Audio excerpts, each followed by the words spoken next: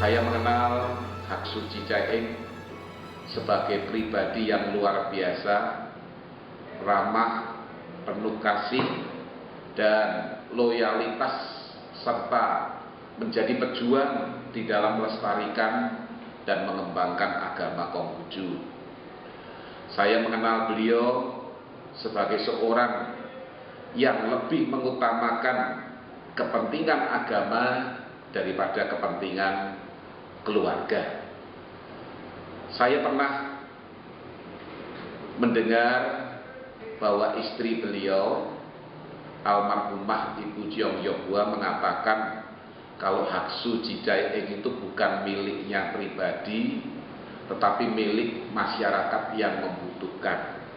Oleh karena itu, di momen yang khusus ini, di mana beliau menjadi Haksu sudah 50 tahun, saya mengatakan beliau adalah Haksu termuda di dunia, yang saat menjabat Haksu tidak ada yang usianya semuda beliau. Namun ternyata kita melihat luar biasa yang beliau lakukan. Oleh karena itu, saya mengajak semuanya berdoa semoga Haksu selalu sehat, damai, sejahtera, dan bahagia, sehingga tugas beliau yang belum selesai, yaitu menerjemahkan kitab Junjuking, segera dapat diselesaikan. Saya kenal sekali dengan Haksu Ji yang orangnya ramah, terima, bisa mensyukuri apa yang ada. Yang jelas tuh tidak suka marah, sehingga kalau ada anak-anak, karena Haksu Ji rumahnya kan satu halaman dengan anak-anak TK dan SD Tripusaka, sehingga sering anak-anak itu kalau istirahat atau kalau pagi sebelum pelajaran dimulai itu ramai ya, kegiatan bermain atau mungkin kejar-kejaran, bahkan ada yang itu delian sampai masuk ke kantor Haksu, ke rumah Haksu ya. Haksu itu ya hanya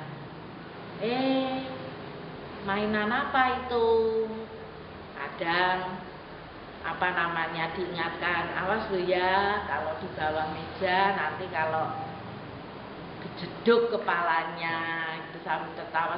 Makanan kesayangan Haksu ya memang tidak makan daging ya, jakje, vegetarian, tapi tentu semua akan kaget ya, Haksu itu ternyata kesukaannya adalah sambal goreng lombok hijau atau yang sering disebut sambal goreng deso, yang pakai santan tapi santannya tidak kental itu ya, itu paling suka sekali. Dan pedes ya, jadi kalau tidak pedes itu rasanya katanya ini kok sambal gorengnya kok manis, kayak manisan ya.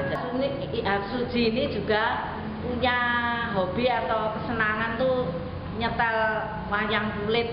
Jadi kalau udah leyeh-leyeh istirahat sambil nyetel wayang kulit itu, wah seolah-olah itu dunia milik Haksu ya. Kalau diganggu tuh kayaknya wah ceritanya nanti gimana, padahal itu sudah diulang berulang kali dan panjang berjam-jam, tapi Haksu senang. Kadang ya sudah tidur, tapi kalau kita volumenya kita kecilkan ya supaya tidak kebanteran, itu bangun ya. Saya masih mendengarkan itu, kenapa dikecilkan ya.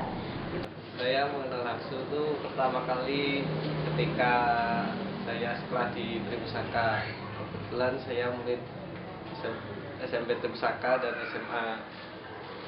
Mulai dari situ saya mengenal Haksu. Dia adalah tokoh agama yang sangat hebat. Selain itu, Haksu juga sangat perhatian kepada murid-muridnya. Apalagi kalau kita sedang berkumpul, dia selalu menyemangati kami. Dimanapun kami akan berlomba atau akan melakukan aktivitas, selalu menanyakan pertanyaan-pertanyaan tentang kesehatan.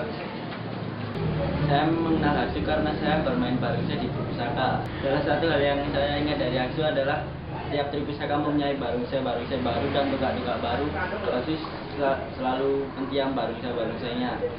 Entah kenapa, karena kalau tidak ditiam Haksu rasanya tidak mantap bagi saya. Meskipun agama saya tidak Konghucu, tetapi saya yakin doa Haksu memberi semangat bagi saya untuk mengikuti lomba-lomba.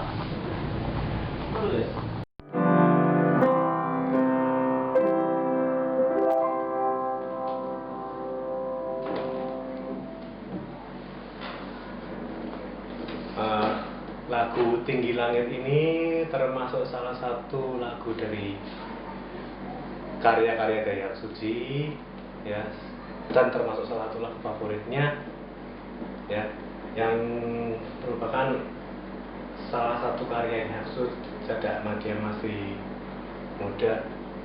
Saya sebagai anaknya, saya punya banyak sekali kenangan yang tidak akan terlupakan, baik yang menyenangkan, baik yang cukup sedih.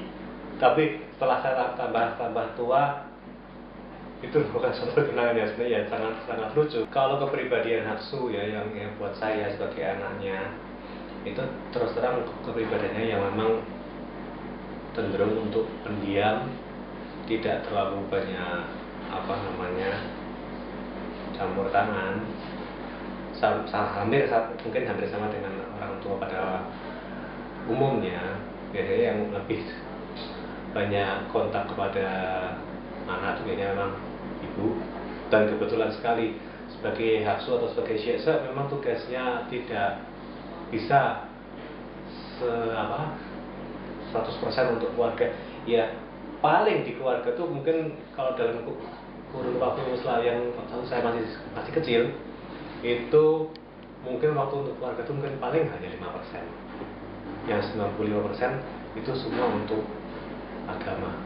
Saya juga kagum kepada pribadi beliau yang mengajak saya dan koko saya untuk bisa menjadi anak yang mandiri. Itu kenang-kenangan saya tentang Haksu atau Syekh Seji yang sangat membekas pada diri saya. Menggunakan kesempatan hari ini, saya mengucapkan selamat kepada Haksu Jitaing yang telah menjabat Haksu genap 50 tahun. Saya adalah seorang Haksu yang jauh lebih junior, karena usia organisasi dalam kehaksuan saya baru 3 tahun, dibanding 50 tahun jauh sekali. Saya hanya bisa mengucapkan selamat, dan semoga Haksuci diberi kesehatan untuk tetap bersama kita. Itu adalah harapan saya. Kalau bicara lebih luas lagi, agama Konghucu walaupun telah mengalami suatu proses pemojokan yang membuat kita sangat menderita, tapi akhir-akhir ini situasi telah berubah dan pemerintah Indonesia khususnya sangat perhatian terhadap kita. Maka gunakanlah kesempatan dengan bantuan pemerintah ini untuk seterusnya kita mengembangkan agama Konghucu lebih baik. Sekian komentar saya. Terima kasih. Saya sudah kenal lama dengan Haksuci Jitaing sejak saya masih muda dan Haksuci masih muda, yaitu sebelum Haksuci menjadi Haksu. Saya melihat bahwa sejak muda Haksuci itu sudah berjuang untuk kepentingan agama Konghucu. Kemudian ya seterusnya ya berjuang untuk agama Konghucu, untuk pendidikan dan untuk penyebaran agama Konghucu. Saya juga belajar agama Konghucu dari Haksuci, dan saya melihat bagaimana Haksuci itu menggugah kota-kota lain untuk mengembangkan agama Konghucu juga. Ya. Karena saya lihat waktu itu yang aktif itu hanya Solo. Yang tahun 60-an itu yang ada kebaktian teratur itu hanya Solo. Dan sejak lama, sejak tahun 20-an, 1918 ini berdiri Konghucu Gongkawi Solo ini berdiri, itu terus ada kebaktian. Meskipun orangnya sedikit tetap ada kebaktian. Jadi itu adalah satu keuletan yang betul-betul secara konsisten dipertahankan oleh Haksu Cicaeng. Pada akhirnya mengucapkan selamat kepada Haksu Ci yang sudah merayakan 50 tahun sebagai Haksu, ya, sebagai Haksu. Selamat Haksu Ci. Terima kasih.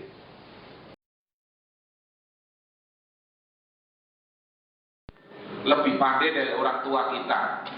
Orang tua kita tidak sekolah tidak apa-apa, tapi kita harus sekolah. Nah, maka Nabi bagi para petugas yang akan melakukan prosesi, semoga dengan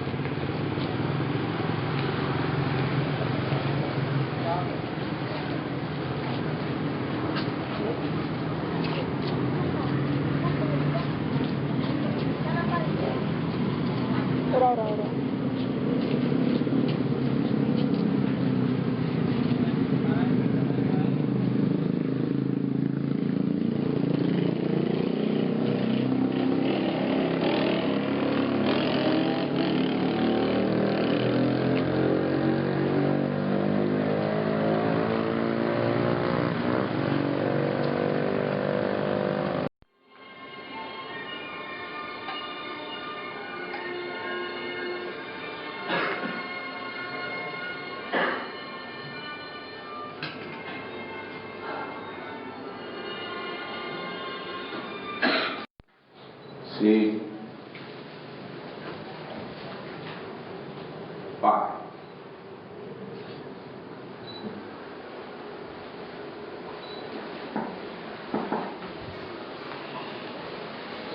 keluarga besar PKT Pusaka mengucapkan selamat merayakan hari lahir Nabi Konghucu ke-2564.